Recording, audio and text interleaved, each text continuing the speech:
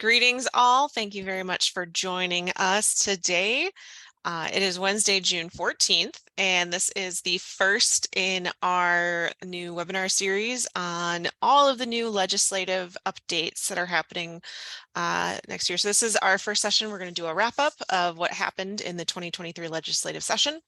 So we'll give it a couple of minutes just for folks to kind of come in. We have quite a few people who have registered today. So we'll let everyone kind of start coming in, get themselves sorted. But if you are here for the 2023 legislative session wrap up with Michael Dahl and Mike Vera, then you are in the right place, and hang tight and we will get right started in just a minute or two.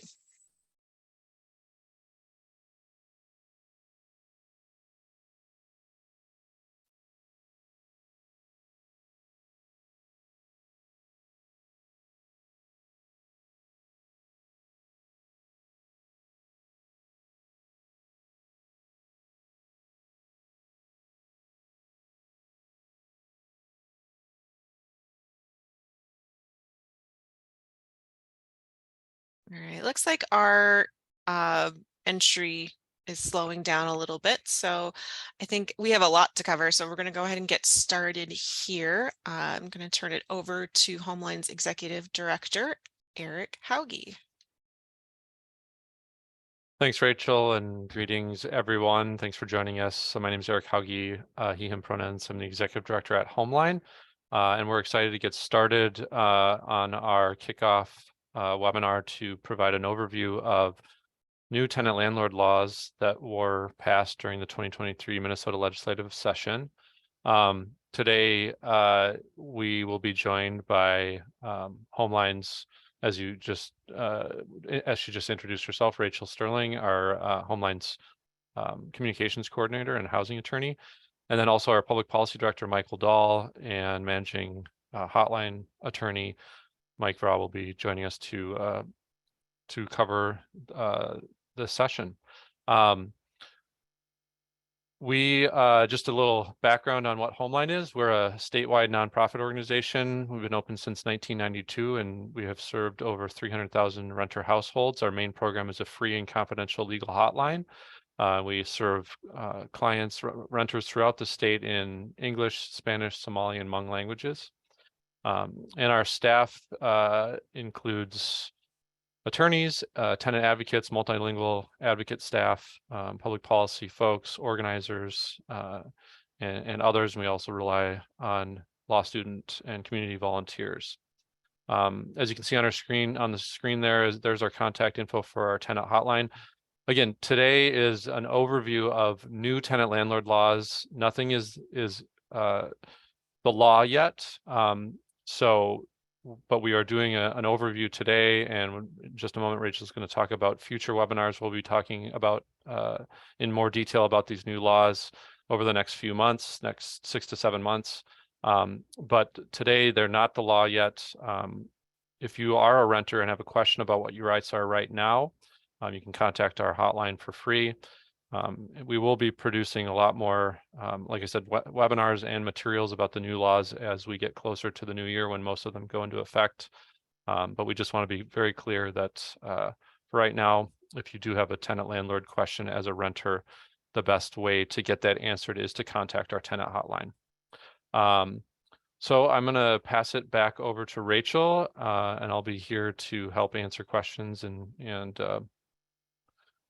really appreciate everybody joining us, and we're very excited to get started on this. This is a very comprehensive, extremely comprehensive changes in tenant landlord law that's going to impact every renter and every landlord in the state. So this is kind of our kickoff, and we hope you'll be joining us for future seminars. Thanks. So thanks so much, Eric. All right. So first, a couple of housekeeping things. This session is being recorded. You should have heard when you first came in. This will be available on our website in a few days. It has to go to the cloud and do a couple of things. So it'll be a day or two before we're able to get the recording on the website. But that will be available afterwards. we have a lot to get through today. So normally during these sessions, we do invite everyone to ask a lot of questions, and we still do that. We got a lot of pre-submitted questions as well. I do not know that we will have time to get to everything. And frankly, as Eric was saying, this is just an overview, a wrap up, very high level, kind of just going through, touching on what all of the kind of different categories and basics are for these changes that are coming down the pipeline. But there will be a lot more information to come in the upcoming months. And most of these things are, they're not going to be the law tomorrow. So we have a little bit of time to get through it. So if you aren't able to get your question answered today, hang tight. We'll have more information coming. So the more information, that's what this looks like. So as you can see, we've got scheduled out for the next 7 months through January of next year. We've kind of broken down all of the different changes and updates to the various laws, and we tried to group them in ways that made sense for just topic wise. So for example, next month, our webinar is going to be on July 19th. All of these webinars are going to be on the third Wednesday of the month. And next month's covers the cannabis rules that are impacting landlord-tenant law, as well as limitations on some of the crime-free lease provisions that are also being changed. And then we go from there. And so if you have specific questions about an area of the law, I would highly recommend registering for that particular session. Actually, I'd recommend registering for all of them. I think they're all going to be really helpful. We have folks from Homeline who are going to be giving some of the presentations. We have folks from some other organizations who are going to be helping us out as well, giving their expertise to explaining kind of what's going on with these various rules and changes and updates and all the new things that are coming. So we've also created a new website, a new page on our website at homelinemn.org. It's under new laws. And so you can find that under our public policy area, but you can find more information on these updates and changes, and you can register for these webinars there. So again, we have a lot of webinars coming up over the next 6-7 months, and we encourage you to, if you have specific questions about a specific area, join us there. And then last but certainly not least, more. So as Michael is going to get into, most of these rules are going to be effective come January 1st of 2024. And so we are also going to be hosting a multiple hour CLE for those of you who are attorneys. Those of you who are not attorneys, the CLE stands for Continuing Legal Education. And basically, if you're an attorney, you kind of need to get these. And it's a way for us to get specific information about law updates or just continuing to learn about the legal world. So we will be hosting one of those come December 7th on specifically on all these new laws, deep diving into it. Again, we'll have some other folks who are going to be joining us to lend their expertise into some of the new rules that are coming into play, especially around evictions and expungements. But more information to come on that. We're still in the very baby stages of getting that sorted, but we have picked a date, mark your calendars, and more information will be forthcoming. All right, so then without further ado, I would like to introduce Michael Dahl, our Public Policy Director here at Homeline. Michael, please take it away. Thanks, Rachel, and thanks for everybody who's attending. I'm so pleased that we're going to get a chance to let so many folks know on a high level sort of what happened at the legislature this year regarding tenant landlord law. There was a lot that happened. This was an historic year at the legislature for changes to tenant landlord law. There's been an imbalance in power, and there is still will be an imbalance. But we tilted the scales just a bit more in the direction of having some fairness in the way things are at the legal level for tenants. when our executive director, Eric Hoggy, started to write down what happened at the legislature, he wrote down that this was the most substantial change that happened in tenant landlord law in decades. And what he was thinking about was some changes that happened in the late 80s that was sort of something that he thought maybe wasn't equivalent to what we accomplished this year. And just to put that in perspective, that was before the iPod was around. Amazon had not yet been launched. The Simpsons hadn't even debuted. It was before the internet went public. And so it was good to say that, we have really accomplished something huge. But then there was further clarification, which was necessary. And Larry McDonough, who I think many of you may know, he came on as a policy attorney to help out with the work he did at the Capitol. He revised the statement to what, Rachel, if you could pull up the next slide. He said that this is actually the most substantial change in Minnesota tenant landlord law in a single session of the legislature in the 165 years of the state. Michael? Yes. I also wanted to let you know that Chair Howard is here and able to talk if you want to. Yeah, I'm going to get to the thank yous, and if you can stick around just for that. Absolutely. The thank yous are early on in this presentation, but thank you so much, Representative Howard, for being a part of this effort. You have been a part of this effort, and we want to make sure that legislators know that this wouldn't happen without a lot of help.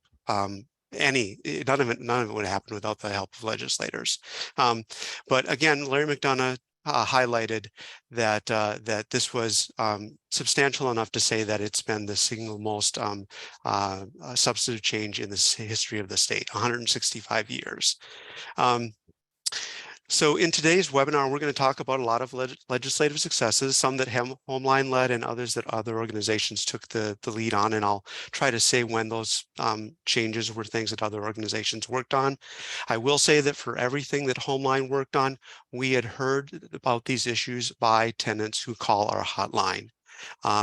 These changes are going to result in real world improvements in the people that we call for us, call our hotline. And so it was an impressive year. And impressive years mean you need to thank a lot of people. And so it's been a long time coming. I just want to note that we've been working on these issues for, in some cases, over a decade. I've been here for the past 5 years, and so these issues have been on our agenda for the past 5 years. And so on behalf of our clients, I want to extend a huge thank you to a number of people and organizations. And I'm going to do it through categories, except for Chair Howard, who gets a special chance to say what happened this year. But I want to thank all of the allied organizations, especially the Homes for All Coalition. If you were an organizer, an advocate, an intern, an elected official, legislative staff that helped advance these new protections, we really do need to say thank you. If you are a person who is directly impacted by these issues and you did something on a grassroots level, know that your voice was heard. Your advocacy made a difference. As I noted earlier, none of this would have happened without legislators working with us and without the governor working with us. And so a special thanks go out to our legislative champions, Senator Omo Verbatim, Representative Agbaje, Senator Fa, Representative Hassan, Representative Herr, and of course, Chair Port and Chair Howard. We also want to thank the Walz administration, as several of our provisions, in fact, I think nearly all of them, were supported by and advocated for by the Walz administration. For a number of years, they've had pre-eviction protections and expungement reform on their agenda. And so we want to thank the governor and Minnesota Housing for the support that they provided. I also want to say to Representative Hassan and Representative Herr, if they come back and listen to this, they've been with us for 5 years working on these issues. And I remember getting a high five from Representative Herr shortly after midnight when our bill had passed the House. And she just said 5 years and we finally made it. So with that said, I'd like to turn it over really quickly for a few words from Representative Howard. Thank you, Michael. And I'll be really brief. The main reason I was excited to join today was to thank you and to thank Homeline and to thank everyone on this call that has been part of this team effort that is decades in the making.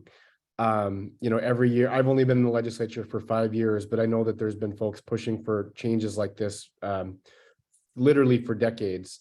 And as you mentioned, Michael, I think that all of the changes are grounded in the experiences of Minnesotans and experiences of renters, and of trying to create a state where everybody has a better footing, a better chance at, having a safe, affordable home. And these will be, I believe, transformative changes. And,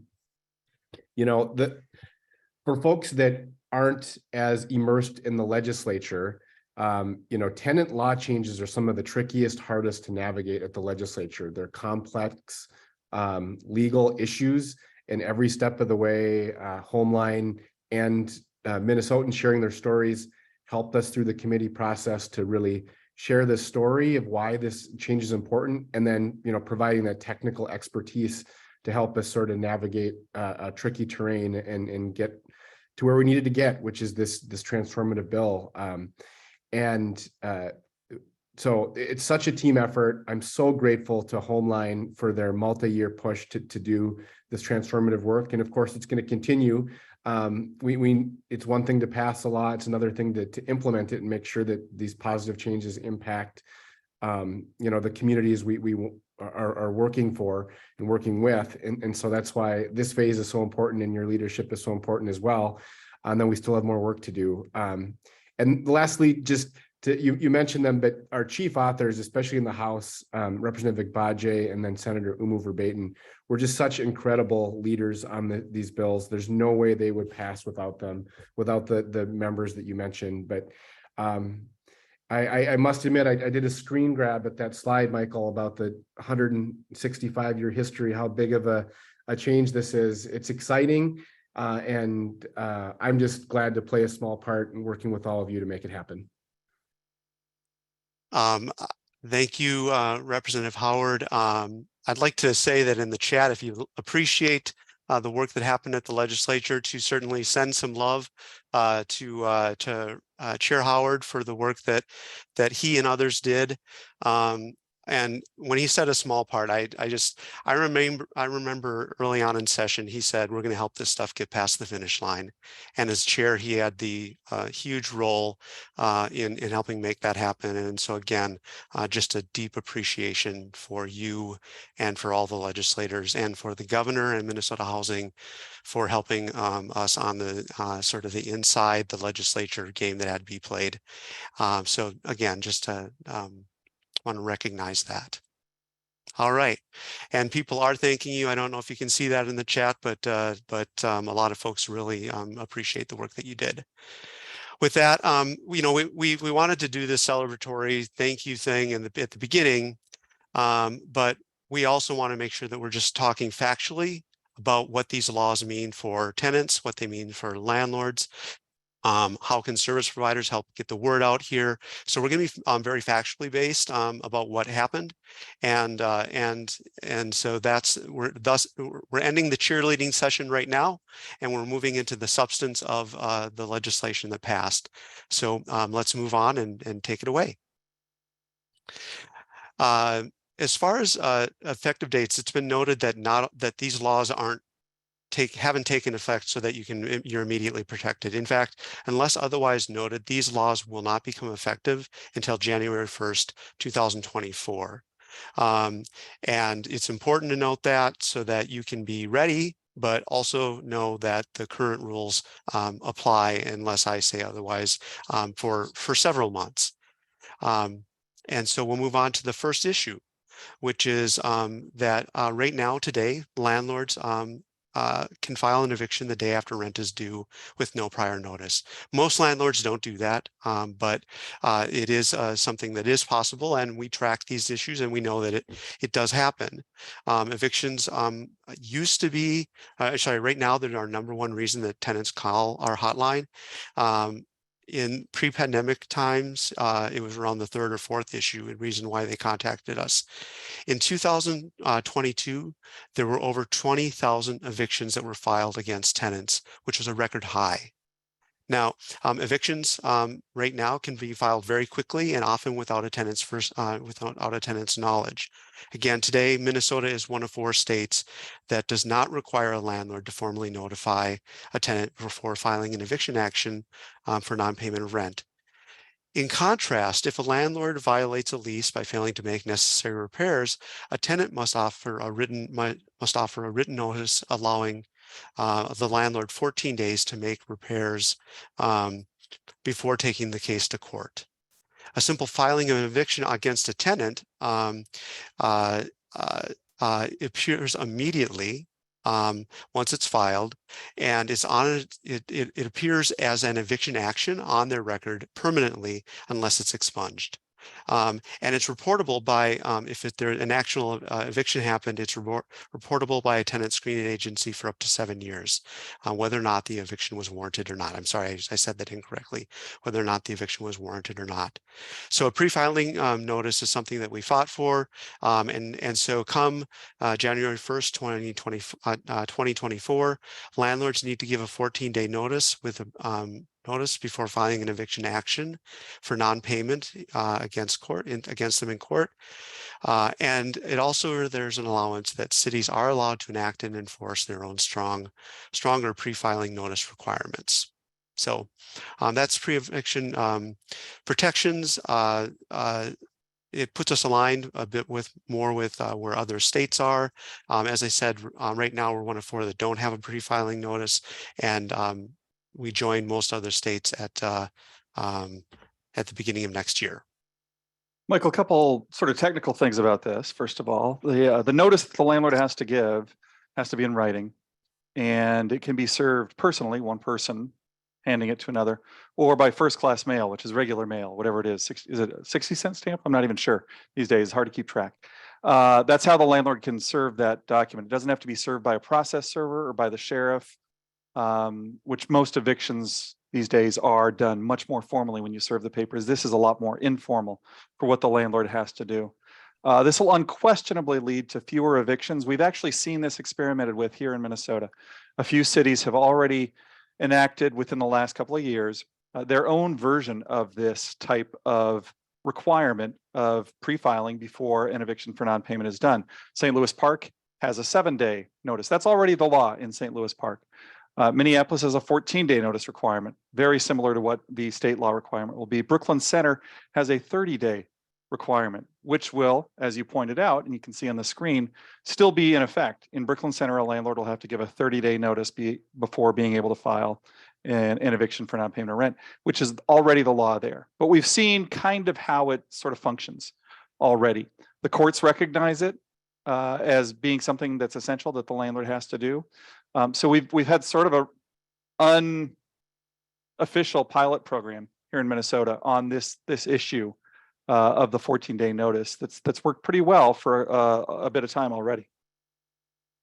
Thanks, Mike. And something I didn't start out with, and I just want everybody to get grounded in, is that the people are being impacted by this right now. Not the 14-day notice, but evictions being filed and renters finding out that within a very short period of time, by the end of the month, perhaps they could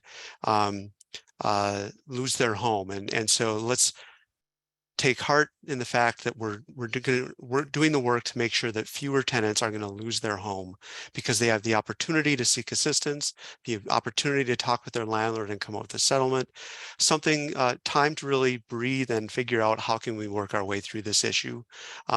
Or if a tenant can't meet the terms of the lease, they may decide to move and not have this appear on their record. It's not the best option, but it is an option, and it also keeps them from having this eviction appear on their record for an indefinite period of time. So I want to make sure to highlight, this is impacting real folks and the folks that call our hotline. Moving on to expungement reforms. Before legislation passed saying otherwise, eviction records were permanent and few were expunged. So before enactment in 2024, even if the tenant wins in court, a record will still show on their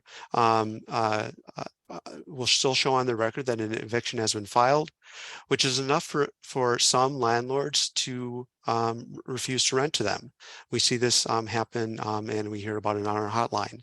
This means that an eviction is a bar for many people accessing housing, even if the case was dismissed, if it was settled in an agreement of both parties, or an underlying circumstances have changed. Let's say someone had a loss of income, and then after that, their financial situation improved. There's still this eviction that shows on their record. We heard stories from tenants who actually had an eviction filed against them by their landlord. They paid the rent fairly quickly after they found out there was a mistake. And the landlord and the tenant had a fine relationship for years to go.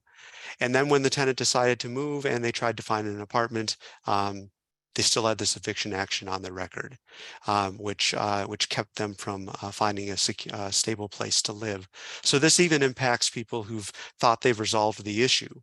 Now, evictions are widespread. It impacts people in every county of the state, and sometimes names multiple defendants. The adults in the household, sometimes even the children, are listed as defendants.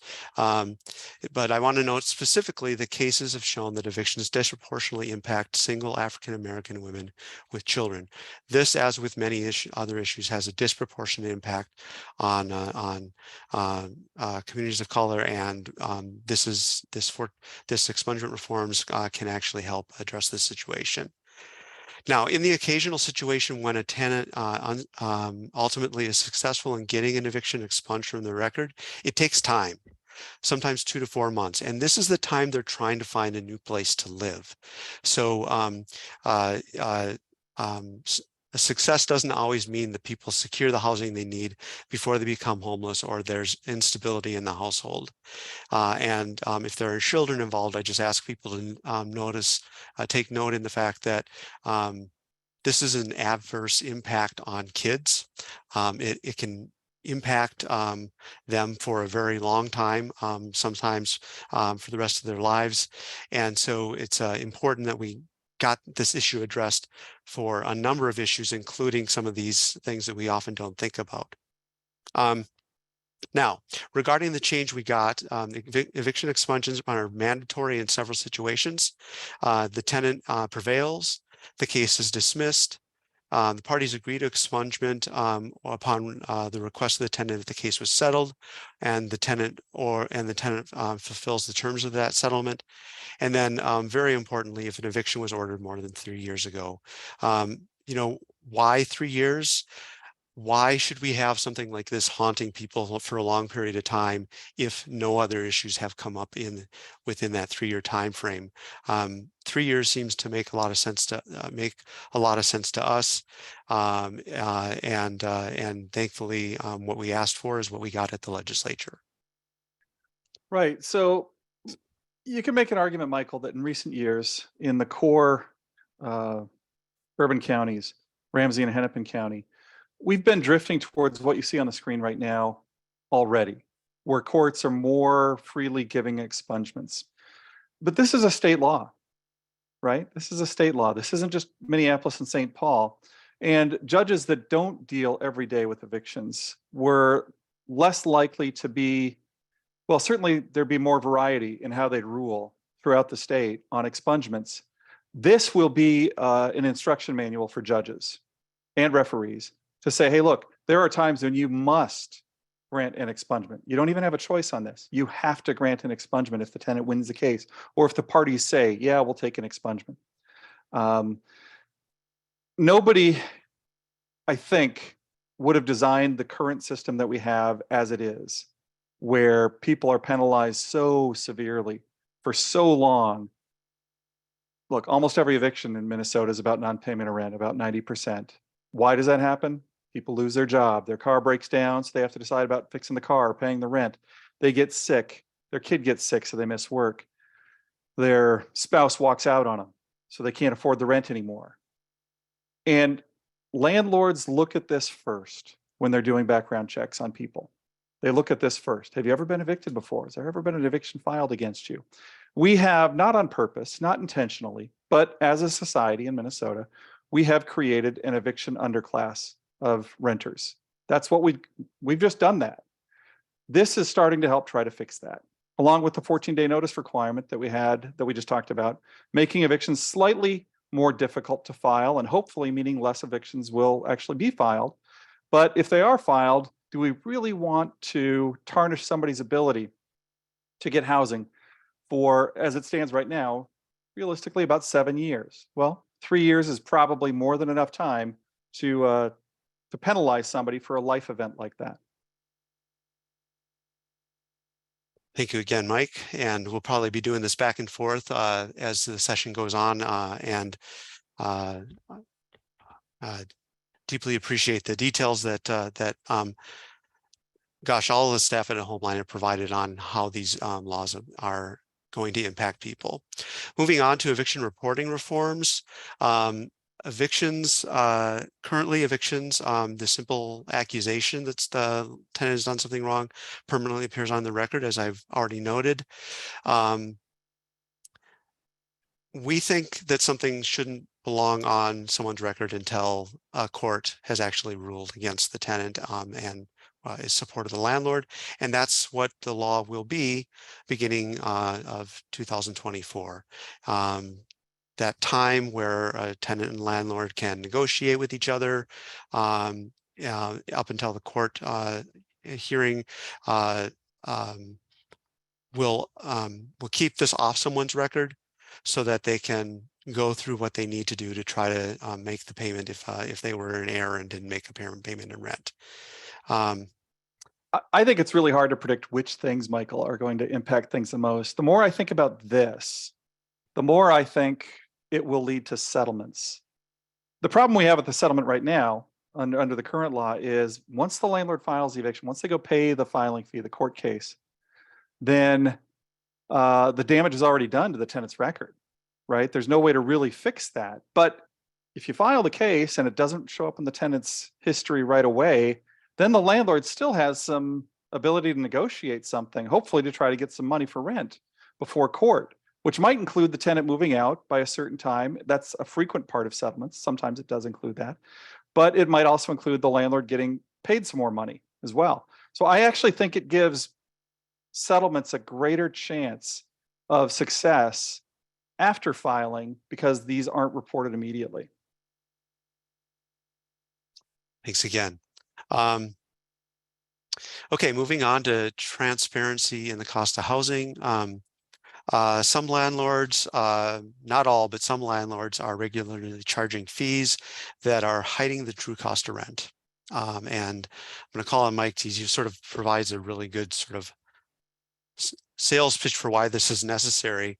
You know, there can be fees that a tenant does not know when they go to sign the lease, and then when they take a look at the lease, they see that there's these non-optional fees for costs that that were not advertised. That we're talking things like move-in fees, move-out fees, lease processing fees. There's other administrative fees, carpet cleaning fees. All of these are imposed on some tenants when they go to rent an apartment, these fees allow landlords to draw people in, and it can deceive them about what the actual cost of rent is.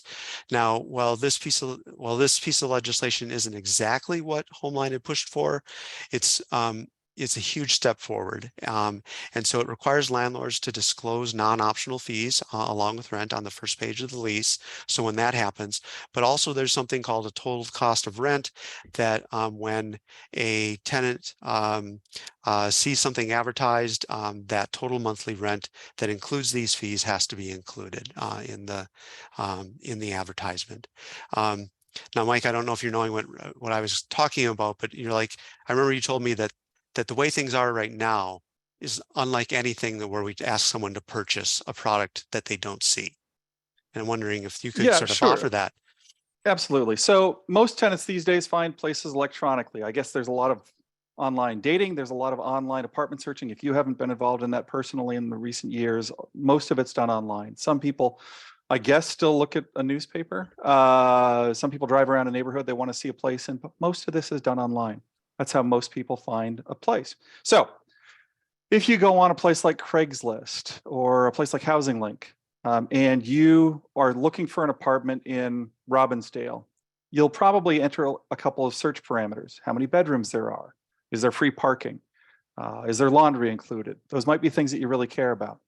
But of course, one of the things you're going to look at, and maybe the first thing you're going to look at in Robbinsdale, is what's the price? What's the price for the place? So what a landlord will do now is they'll put up an ad for a place, and let's just say they call it $9.99, right under $1,000, right? So the tenant looks at that and they think, going to be a stretch, but I can make that work in my budget. So they go online, they look at the pictures. They're interested. It looks okay. $9.99. I didn't know if it was going to be decent, but I guess this one looks all right. Let's go have a look. So they call up the landlord or send an email, and they go over to see the place. Now they've invested time and they've invested hope. That tenant is hoping that this place is going to work out for them because there were so few that they fit their price range, maybe where their kid was going to go to school, and they see the place. And it's okay. It's still okay in their mind. It's got a nice view. It seems like a safe place to have them and their family. And so they apply. $50 an adult. Let's say it's a family of 4 with 2 adults. So there's $100 for applications. They apply, they get approved. Now the landlord says, here's the lease. Nothing I've told you in the last 30 seconds is uncommon. It's not exceptional. It's not rare. It's not just one anecdote. This is just kind of how the business works. At that point, once the tenant has actually applied, they've spent the time and effort to go see the place, that's when they see the lease. The first time. If then, some landlords say, you know what, we'll have you sign the lease a couple days before you move in, or maybe even the day you move in when you get the keys. But then when the tenant sees the lease, then the fees show up. That $9.99, well, there's an amenity fee. Maybe it's $50 a month for an amenity fee that wasn't mentioned in the ad or ever before then. And so now the place is $1,049. Maybe there's some other fees, an administrative fee, might be a one-time administrative fee. Maybe there's a carpet cleaning fee, might be a one-time fee, but there's all these fees that add on. And so it's very difficult to actually see online when you're looking on Craigslist or Housing Link or somewhere like that, what a place actually literally costs. Now, Michael mentioned last couple topics ago how we were on one of only 4 states that didn't have a notice requirement built into the law for evictions to be filed.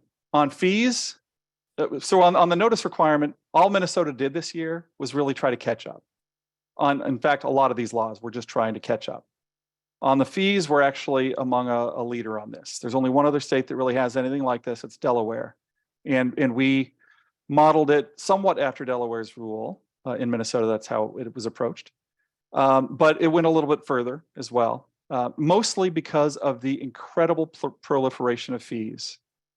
In our office, our hotline staff shares whenever a new fee shows up, and it's about once a month. A fee that we'd never heard of before, never thought about before, and there's a new fee. This is going to really disincentivize landlords to tack on fees. Again, throughout the state, other than St. Paul, which has a mild form of rent stabilization, landlords can charge whatever they want for rent. What this law really wants you to do is just name the number. Really, that's going to be the smartest move for a landlord. Just name the number so the tenant knows what it costs. I know that the eviction reforms and the the pre-eviction notice and the expungement reforms we sort of think of as part of the transformative stuff that we got passed this past legislative session. I think this is a really important law. There's about empowering the tenant to really know what they're getting into, and I have. Really hopeful that this is going to help tenants make decisions before they sort of put that hope out there that they're really going to be able to objectively look at what can they afford, and this will help them do just that. All right, moving on to the stronger privacy rules. Today, a landlord has to provide reasonable notice, and there's a penalty if that's not done. But the question of what reasonable is really it's a squishy term, I think, reasonable. Most people assume, most landlords assume, and tenants assume that it means 24 hours notice, but that's not what the state law says. It says reasonable for them to enter their apartments. And so because of that subjective nature, Homeline wanted to change this because we get a lot of calls and tenants are being robbed of their privacy. And they pay for and think that they deserve a home and the protections it provides. We hear stories about tenants who are sleeping and a landlord has entered their apartment. I personally heard the story about a student who is taking a timed online test for school. This is at the University of Minnesota, and while they were doing that work, a landlord was also doing work in that room throughout that time frame. And then, we don't hear it often, but we hear it often enough. Someone is leaving the shower and a landlord has entered their apartment. We think that this just should not happen.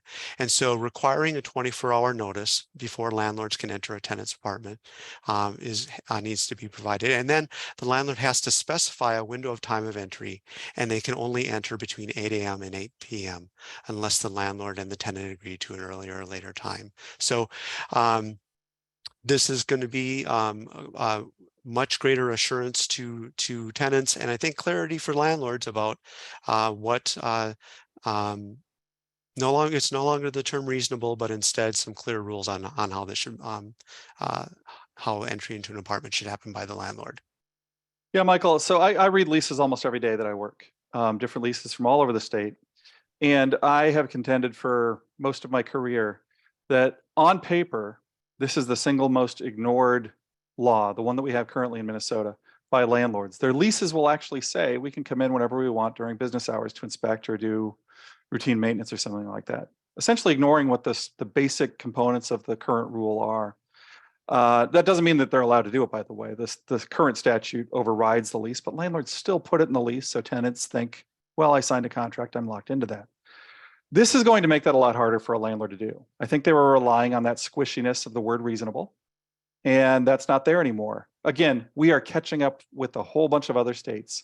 I think it's more than half the states have at least a 24-hour notice requirement, and they actually name the 24 hours, not using the generic reasonable that we have currently, but will have on January 1st. A couple other things about the changes to this law. The first is that the penalty for a landlord violating this is going from $100 to $500. So it's a much more substantial penalty, and a landlord should be much more aware of this before they use their key to enter.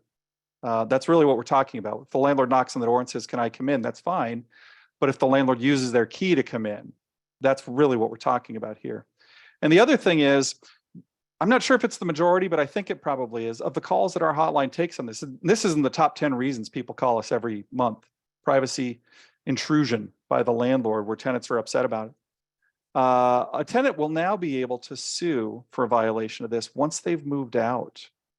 Now you might think, well, why would they do that? Well, a good percentage of the times that a landlord uses their keys is during the showing season. The tenant has decided to move out of a place. They've given their notice. The landlord wants to show it to other prospective tenants. This is a high volume time period in a lease when a landlord uses their key to enter the rental unit. And so under the current law, the tenant can only use a rent escrow. That's the only thing that's really practical for a violation, which is something you can do while you're a tenant.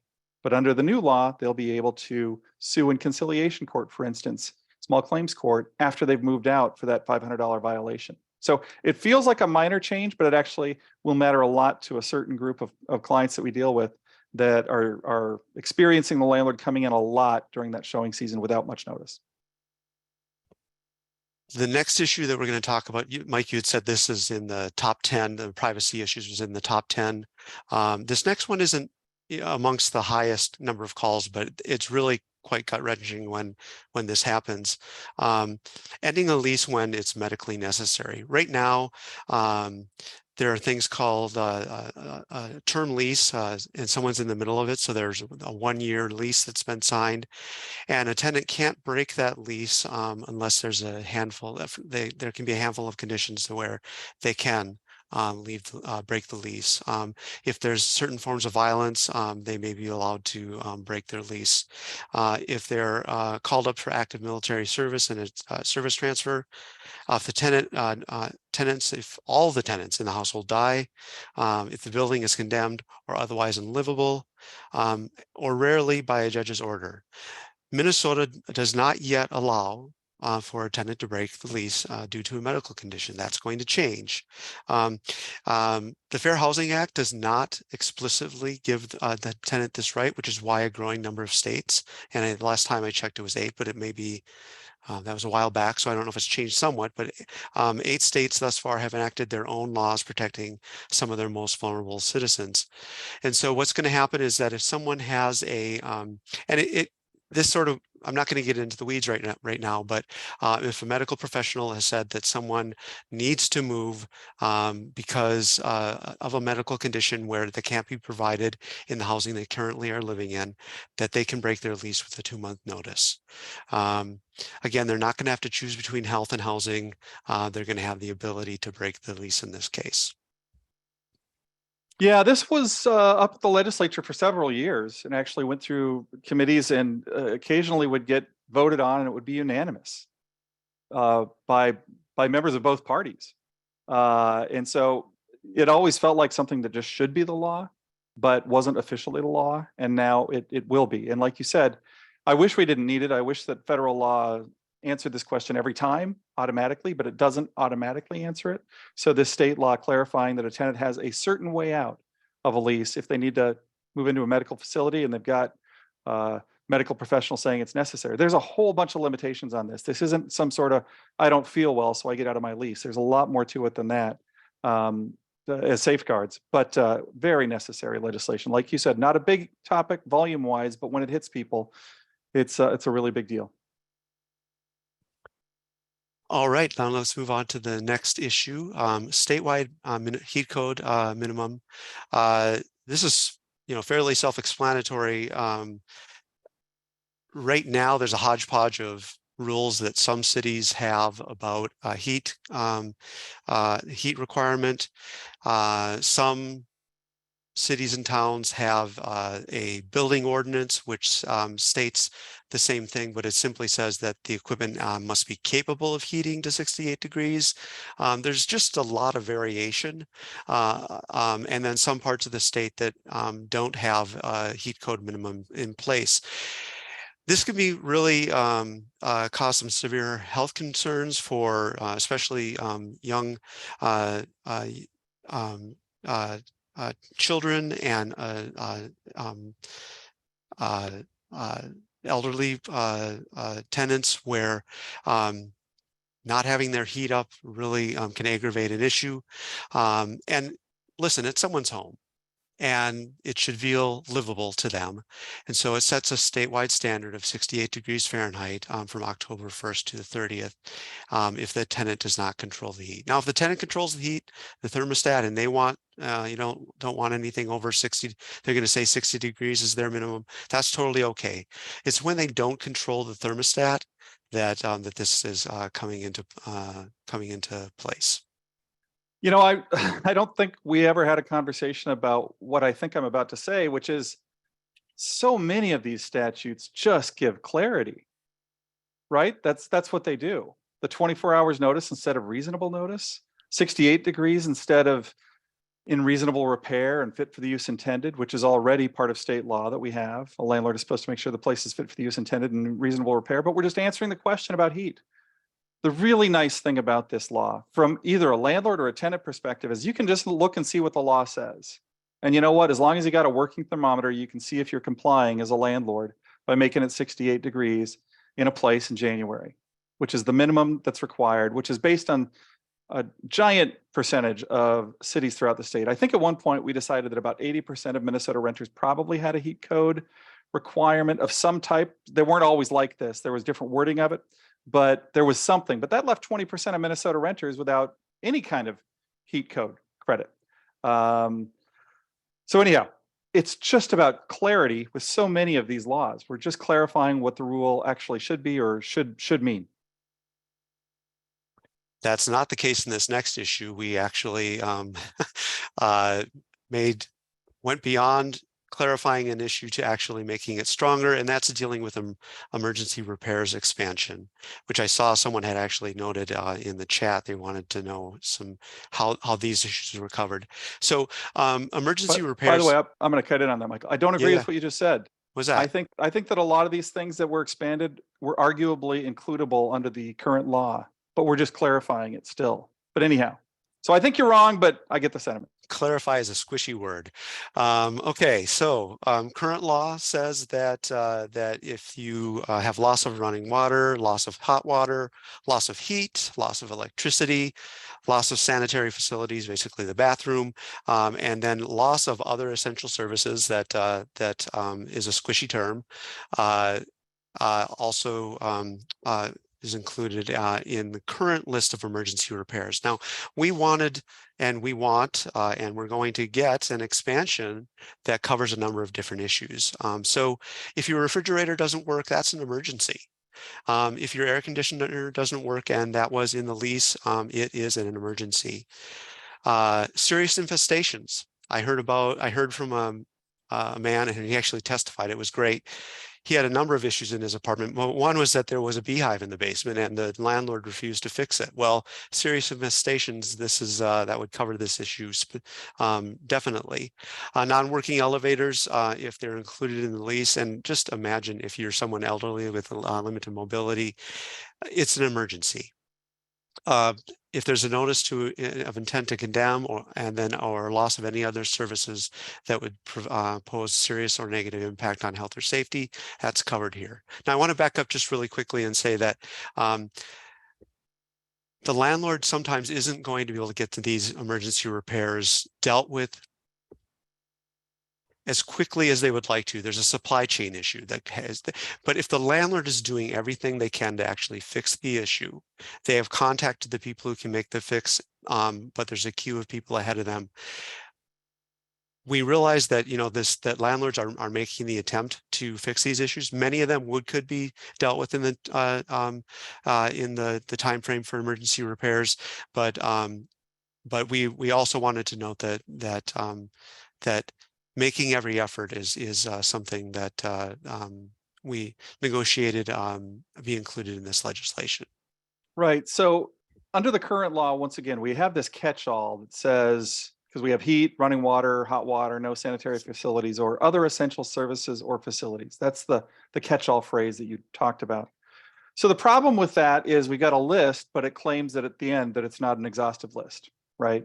So again, this statute is a series of instructions to a judge or a referee when it comes to this emergency tenant remedies case, which are heard really quickly versus almost any other type of court approach somebody might take in any setting. There's very few court cases that get hearings faster than ETRAs.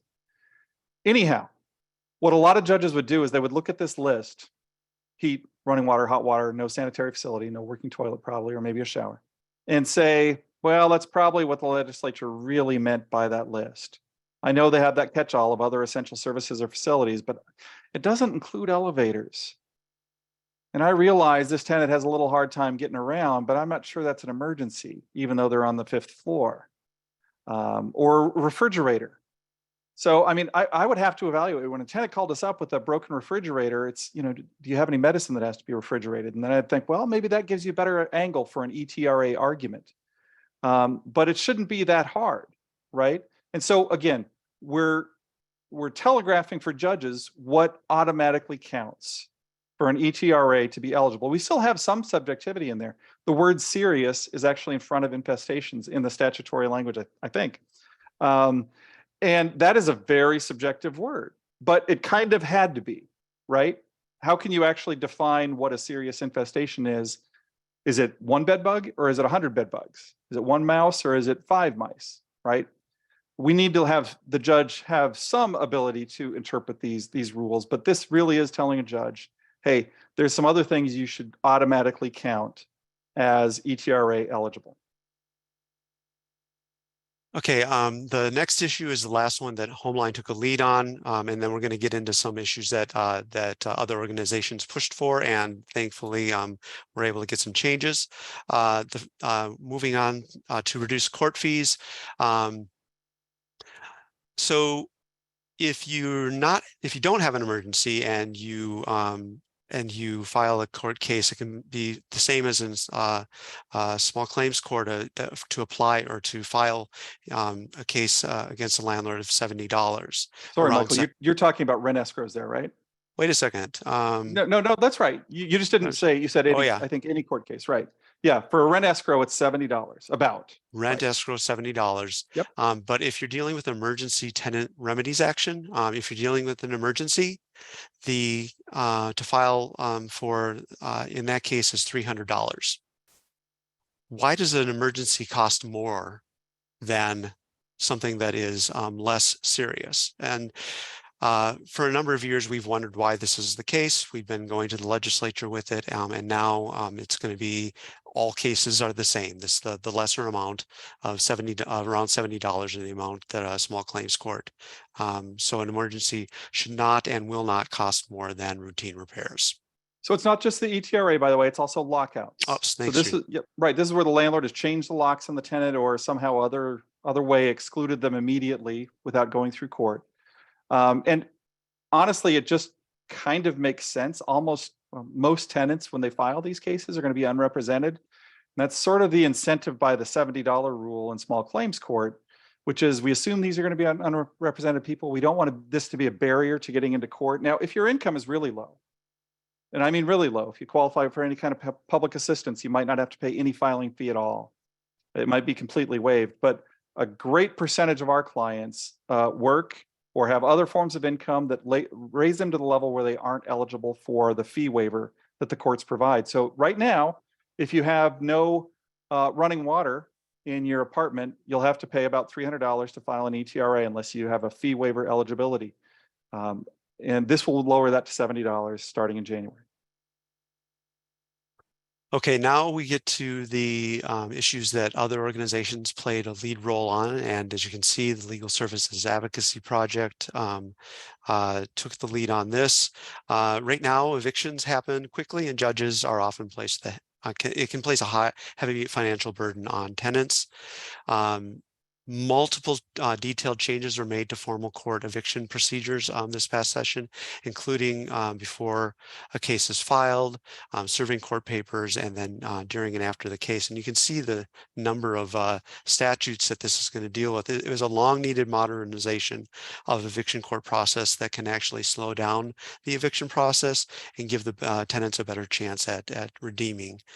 So I would encourage you, I don't remember the date, but I think we'll have at the end showing the dates for the future webinars. And for all of these that follow, if you want to talk about the future webinars and see if it deals with an issue you're facing or have faced, please attend. Yep. To say this is a complicated to summarize, this slide really is truly a 90-minute session to do it any kind of justice. There is a lot here.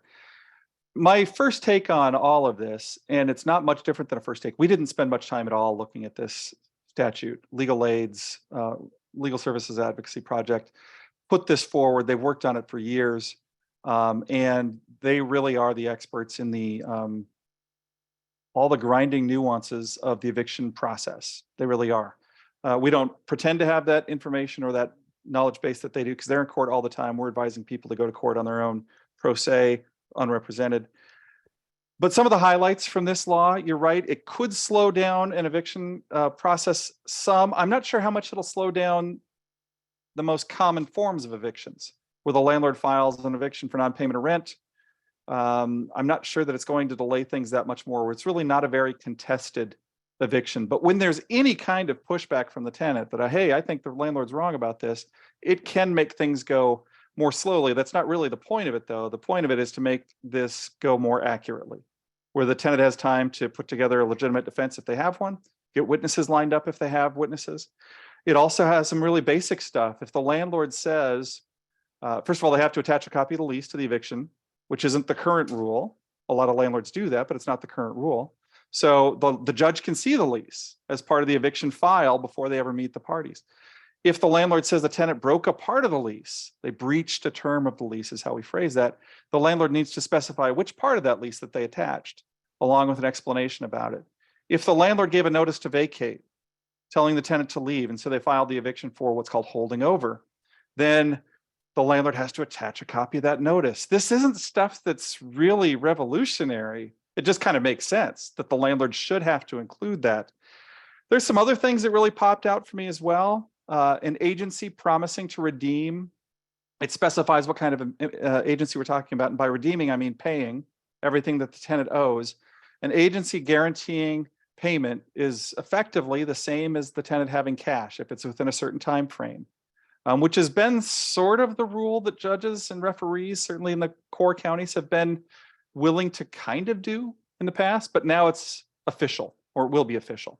So there's some, again, a lot of clarification, a lot of what might feel like mild tweaking to some people, but some stuff is really substantial here. And again, this is, if there's one that you really should watch to try to understand the details of what we're talking about, that's the one you'll have to watch because there's just a lot there.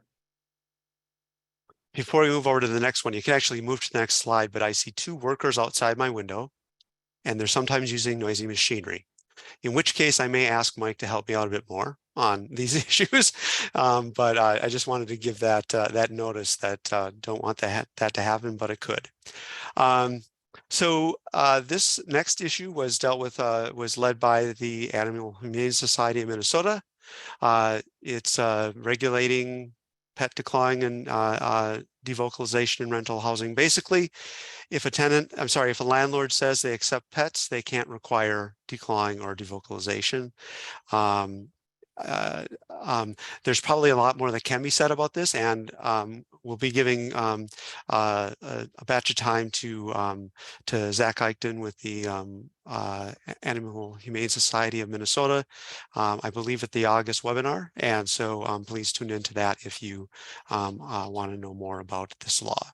Somewhat unusual piece of this statute is that it authorizes a city attorney, a county attorney, or the AG's office to intervene here, file an action asking for injunctive relief against the landlord. It's not exactly common in landlord tenant law to see that sort of authorization. I know that it exists for a landlord who has is penalizing a tenant for calling the police.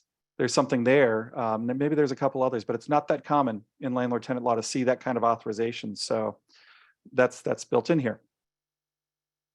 Okay, moving to the next issue. The move-in, move-out inspections. This leadership at the University of Minnesota, some students worked on this with the gosh, I'm forgetting the legal. Help me out here, Student Mike. legal services. Student legal services at the University of Minnesota. Yeah. Worked on this, the move-in, move-out inspections, and tenants have the right to request a move-in and a move-out inspection. Minimizes security deposit disputes and about damages. Pretty straightforward, but extremely important. Yeah, I'll tell you what, those students, and it's been different students throughout, they are able to get stuff passed. I mean, they got laws passed when nobody could. Nobody could. When it was, there was no partisan relationship at all, bipartisan working at all in the last, 8 years, at least not much. And they got new laws passed during the pandemic. They got new laws passed that were landlord tenant related. Those students know how to get things passed. Yeah, so they're working on the timeless problem of security deposits. So among our regular callers, repairs every year but the last year and a half have been the number one reason people call us. Evictions have overtaken that because of this weird surge we've had since the COVID protections disappeared, the eviction moratoriums disappeared.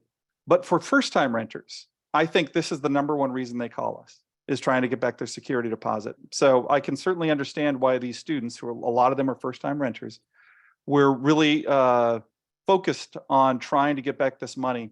We're usually talking about a full month's rent. This is real money for a lot of our clients. This is a huge impact on their life financially to try to get back a security deposit.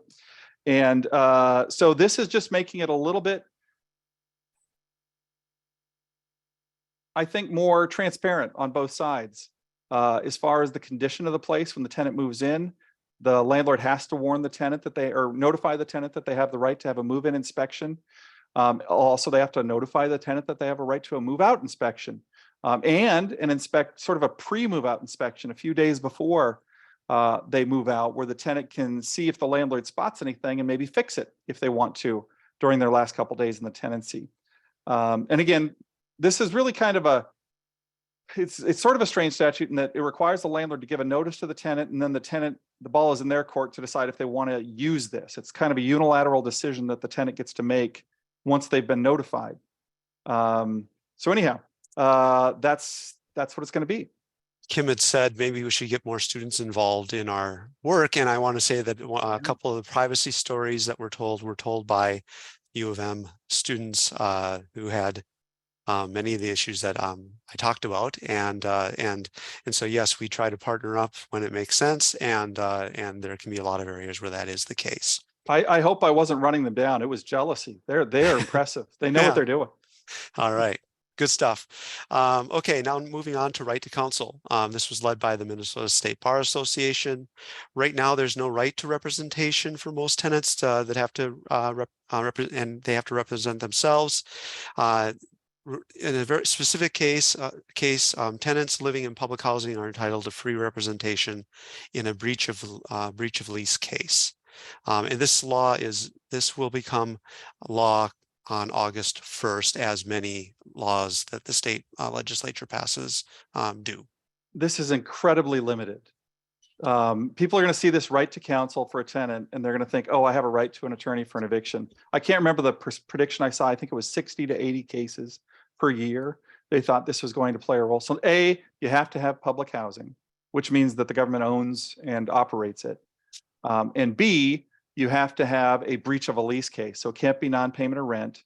It's got to be a breach of the lease. So it's very specific. It's got some requirements about who is eligible to be an attorney appointed. And I mean, it's not easy. I don't think I'm eligible to be appointed for this. I'm not sure. I guess Larry McDonough, who's on our staff doing some policy work right now, is eligible. I don't know if anybody else on our staff would be eligible, maybe, but maybe one or two others. But it's a limited group. So it's not a right to counsel for every tenant facing an eviction. Yeah. All right, moving on. Larry just pointed out that he is eligible. Of course you're eligible for this, Larry. Thank you. Larry, if there's a Mount Rushmore of landlord tenant attorneys, Larry's kind of the only one. I mean, he's the only one that's had the impact that he's had throughout Minnesota's history. So he's been at it a long time and had his hand in a lot of things. I can see he's blushing right now. I can just see it. Okay. Moving on to early lease renewals. And again, this is an issue that University of Minnesota student led. Mike, I'm going to let you take this one.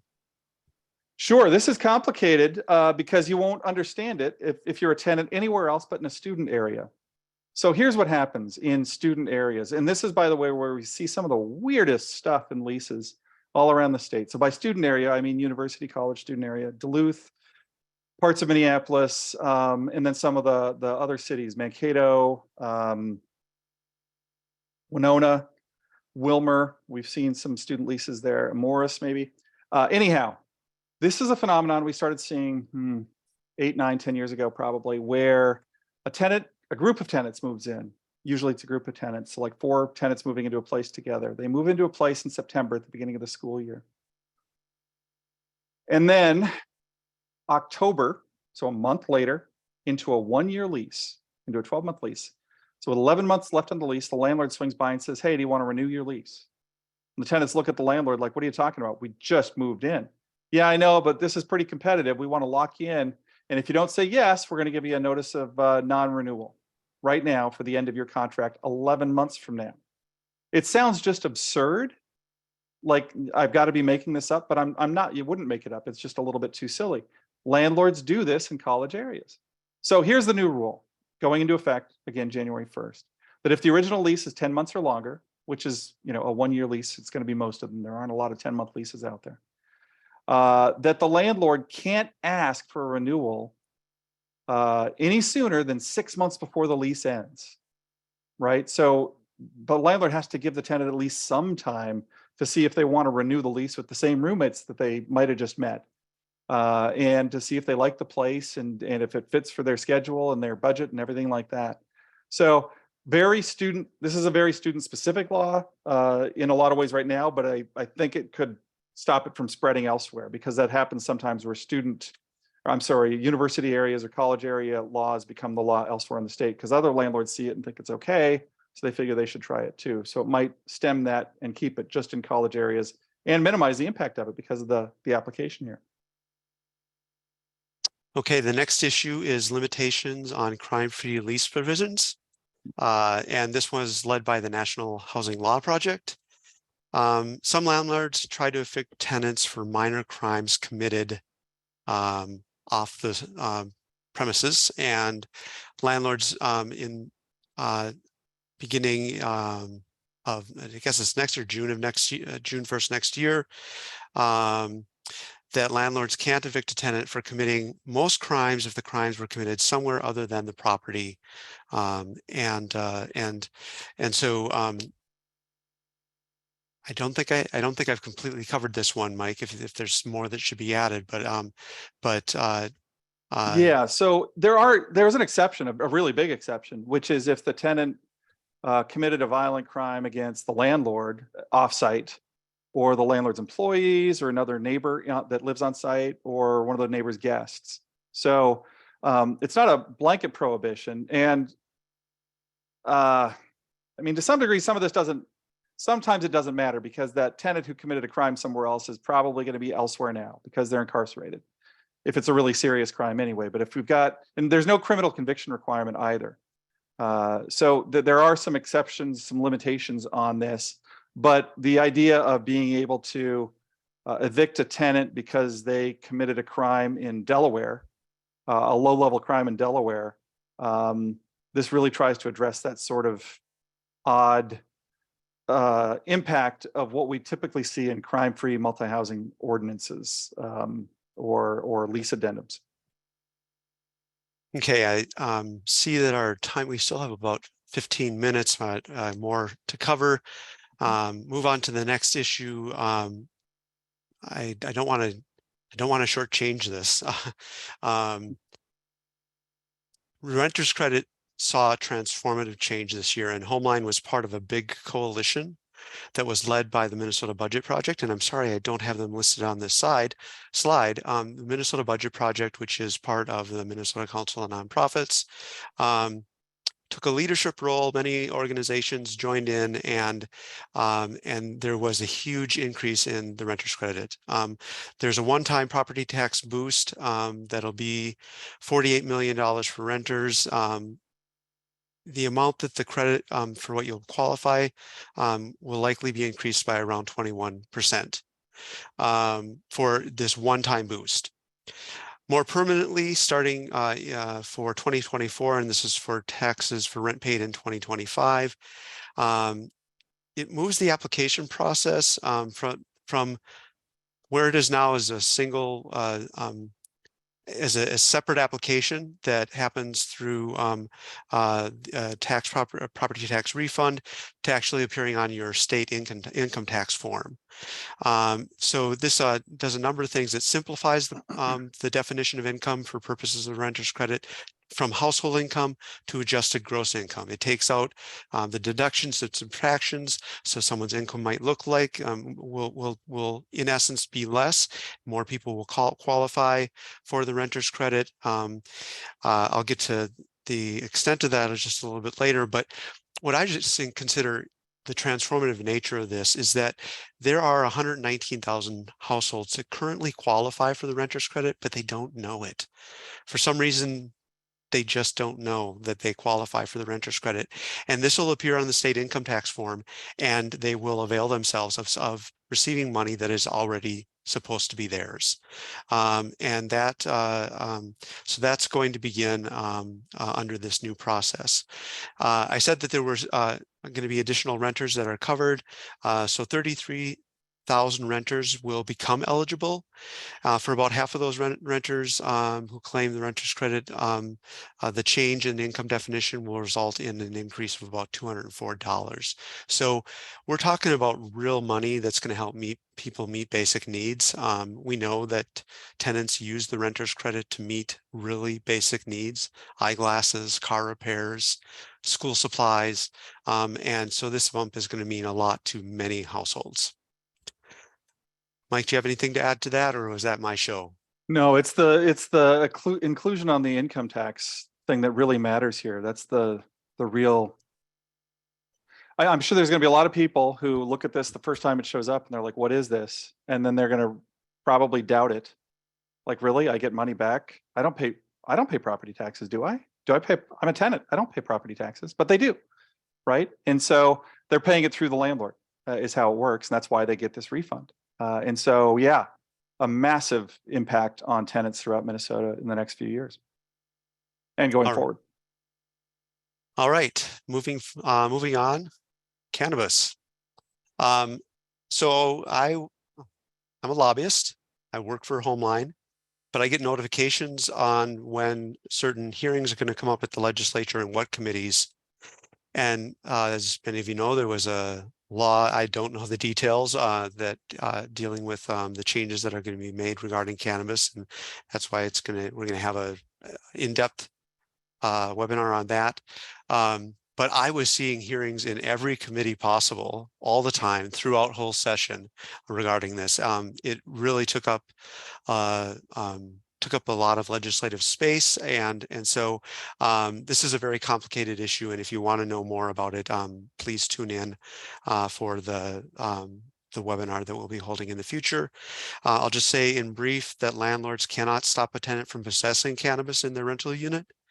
The landlord can still prevent smoking and vaping, whether cannabis, tobacco, or other. And that multiple different effective dates on cannabis legislation, but the landlord-tenant change is effective on August 1st of this year. And so we'll be having early on in our presentations this issue being covered. Yeah, the specific change that we're talking about on August 1st is the change to this statute here, 504B171, which is a statute that allows a landlord to file a hurry-up eviction if a tenant violates no drugs, no guns, no stolen property, no prostitution rule. Look, I'm sure that a lot of people are very interested in the cannabis rules that might want to hear all about them right now, but the dates are very odd about this one as far as when they take effect. Some cannabis rules went into effect the day after they were voted on and signed by the governor. Some are going to go into effect, I think, on July 1, and some, the one we're referring to right here, go into effect on August 1st.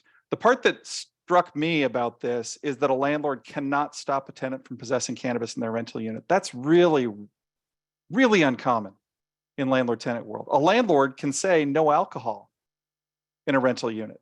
That's legal for a landlord to do it. There's no law against that in Minnesota. The only parallel I can think of on this is the concealed carry permit rule. Landlords aren't allowed to stop tenants from having a concealed carry permit weapon based on the 2003 law passed during the Pawlenty administration. That's the only one I can think of that's remotely like this, where they can't stop it, but it's really specifically mentioned in the statutory language. So there's a lot to cover here. The dates are weird, which makes it even more complicated. But yeah, tune in on this. Okay. So I hope that you've seen that a lot of issues moved forward. This was a transformative year. Greater protections for protections for tenants, greater rights for renters. Just monumental. And for our hotline staff at Homeline, to be able to deliver some good news to people about new things that will give them increased protections and rights. It feels good, and I hope that many of you are hearing that the scale about the tenant-landlord imbalance really changed quite a bit during this session. There was one issue that many organizations worked on. Homeline was a part of a large coalition. I'm not going to try to list the names of the other organizations because I don't want to miss any. But we had fought to make it illegal to discriminate against renters who had a rental subsidy to help them pay rent. Unfortunately, this was not successful in the legislature. As I think Mike has made a couple references to Craigslist in this presentation, and you go to Craigslist or other places that advertise and they say Section 8 tenants need not apply. Unfortunately, that is going to continue because we were unable to, and it really was we were so close. And so legislators, advocates, organizers, and most importantly, people impacted are gearing up for a successful campaign, we hope, in the next legislative session. I'll note that Minneapolis, by the way, does on their books have that ordinance that offers protection for that. So it's the rest of the state.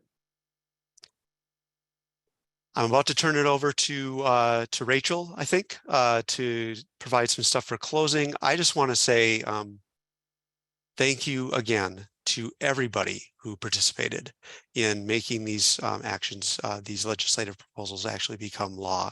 This wouldn't have happened had there not been many people who worked on it. And I'll just say, I contacted two interns from 5 years ago who helped start working on these issues. And I just said, you helped when you were a part of this. This was great. I mentioned the high five I got from Representative Hur. And so much thank you, so many thank yous belong out there. And so we're looking forward to a very, we want to use the power that was built this year to have an impact next year as well. And we'll be talking about that later at a later date. But let's turn it over to Rachel to talk about what do you need to know next. Thank you, Michael. And thanks, Mike. That it's a lot of information. So please step back, have some water. We are running very short on time. We only have a couple of minutes left. And so I want to I'm going to go back to this slide quick to make sure that's up for folks. We got a lot of questions. Some of them are very specific about individual tenants' situations. We definitely recommend that if you do have a specific situation that you have questions about what your rights are as a tenant, we do recommend that you give us a call at our hotline. I'll have the number there on the screen in just a minute. I wanted to give folks a chance to see our list of upcoming webinars. And so one of the things, though, that I know has been, I wanted to throw you, I guess, kind of a subjective question, Mike. So there's been, a lot of talk, especially at the legislature and around, as to the fairness about how these new rules favor tenants so much and seem to really be punishing landlords in a way. Can you talk about that a little bit? Sure. Before I do, Yeah. I'll mention that not only do we have these webinars, but we're going to be giving speeches throughout the state. We're being invited to speak everywhere, whether it's virtually, in person, landlord groups, social workers, tenants, and we're trying to arrange as many of those as we can. Please go to our website if you wish to do that. But yeah, that question that we get from landlords or landlord attorneys, which is, hey, these laws are so unfair, they're penalizing tenants. When do landlords get new laws? So my response to that is I've been doing this a while. I started in 1996. And I can tell you what a lease used to look like in 1996. Almost all of them were 2 pages. Well, there's actually 1 page, front and back.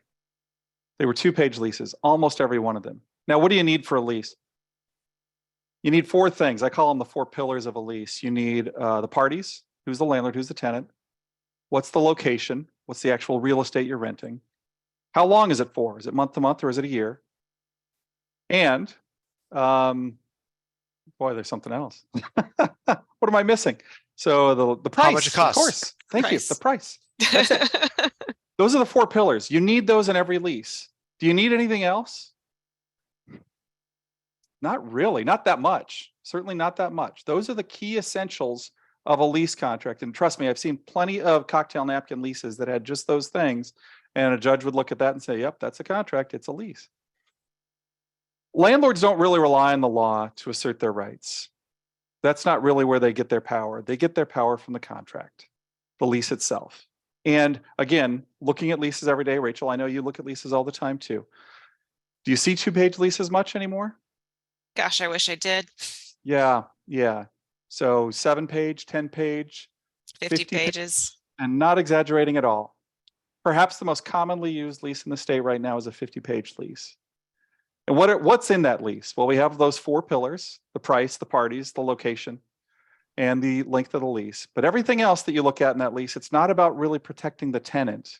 That's not how it's designed. They're helping the landlord. The landlord writes leases. Landlords always write leases. That's how it works in residential tenancies. And every state in the country, by the way, knows that. In every state in the country, you have laws that try to even out the playing field between landlords and tenants. So landlords might say, well, we're not getting any new laws helping us. And I understand that. And I think that's probably even accurate. But the truth is the leases do nothing but help landlords. That's how they're designed. There's not really a negotiation between the two sides. And so that's really the role the law tries to play here in balancing things out to make it fair for an absolute core thing that people need. It's a fundamental, housing. And so I think that's why we have the pro-tenant laws trying to balance out the playing field. And I can guarantee you in 20 years, we're going to have some laws that change that are going to look pro-tenant again, because landlords will come up with new things in their 75-page leases to try to give themselves more rights. And the law will try to balance that out and keep up with it. But that's why, because the lease favors the landlord, the law has to do what it can to balance things out. Thank you for that. All right, Eric, you had a quick question. Yeah, thanks, Rachel. Yeah, as you mentioned, we got a lot of questions that came in and we have 2 minutes to answer them all. So we're going to just punt on that. Unfortunately, I'm going to try to answer 2 questions, but a reminder, and hopefully you've not been overwhelmed with all the stuff I've been putting in the chat. Sign up for our webinar series. Each of those are going to be 90 minutes on just a few topics, couple topics at a time. So we'll get into much greater detail and have more time for Q&A, and we'll have guest speakers on from other organizations for a number of them. So please sign up. We are doing all of these webinars for free as a public service because we get a lot of questions. We want to make sure tenants and landlords and everybody else in this field knows what the rules are. But it does take time and energy. So please encouraging you to reach out and donate to Homeline if you have the ability. And if you are interested, we do trainings and education seminars for organizations, for individual, for groups. We do generally have to charge for those. But if you are interested in doing in requesting a training, you can fill out that form. Again, you know, we do have this webinar series set up designed to provide this information to the public for a broad audience. So hopefully that works for you, and we will have recordings, all these up on our website. So just a couple of questions. One question that we saw was, can landlords contact Homeline with questions? Unfortunately, because of lawyer rules, there could be a conflict of interest there. We cannot directly advise landlords. We can provide this general legal information. You can view our website, view these recordings, but we cannot provide legal advice to landlords. If you are a tenant, again, the contact information for a hotline was in the chat, so we encourage you to contact us as a renter.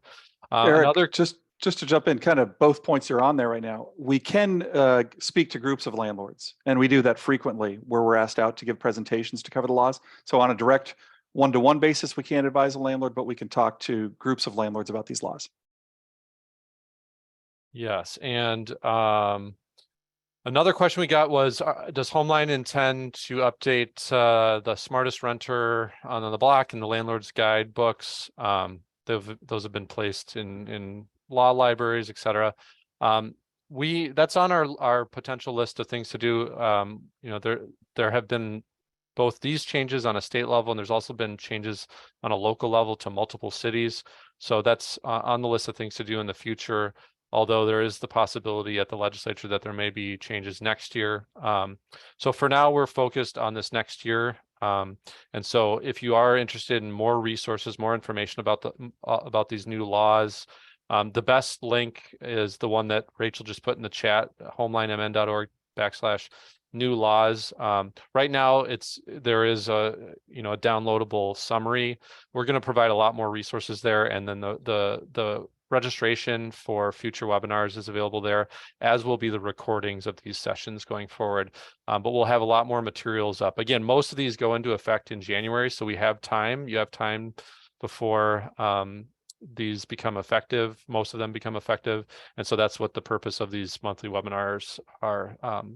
That's why we've set this up over the next 7 months. So with that, anything else that we need to cover, Michael, or Rachel? That was a lot. It Yep. was. So So thanks for joining us. thank you all. Yeah. And we'll hope to see you later. Bye. Bye.